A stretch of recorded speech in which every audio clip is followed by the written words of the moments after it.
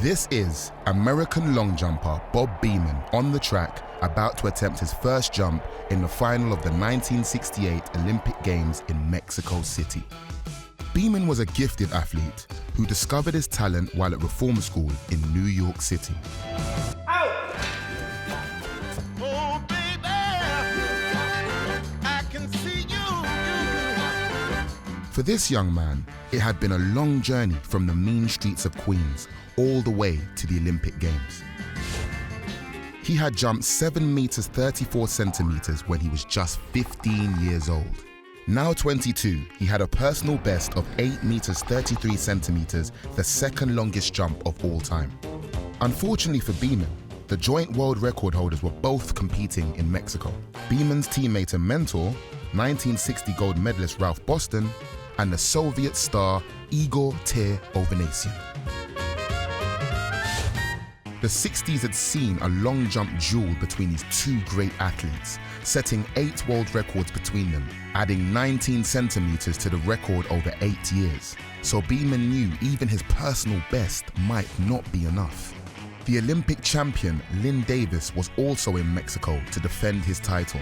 He was curious to see how the new kid would perform in an Olympic final. Beamon hadn't been jumping particularly well.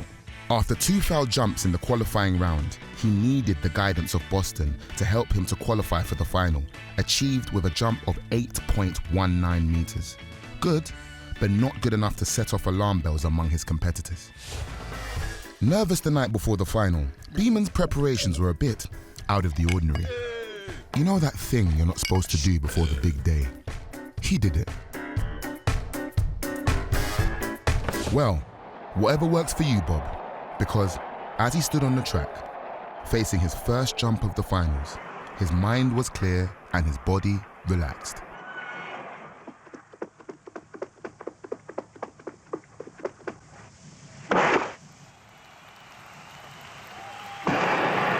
He knew it was good, maybe very good.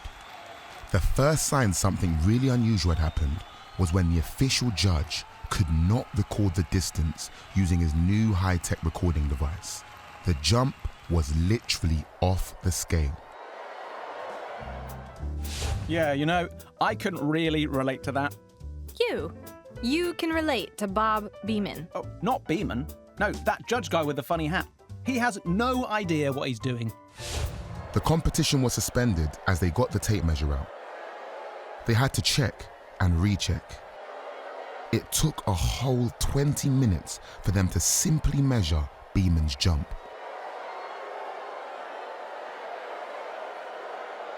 That can't be right. Check it again.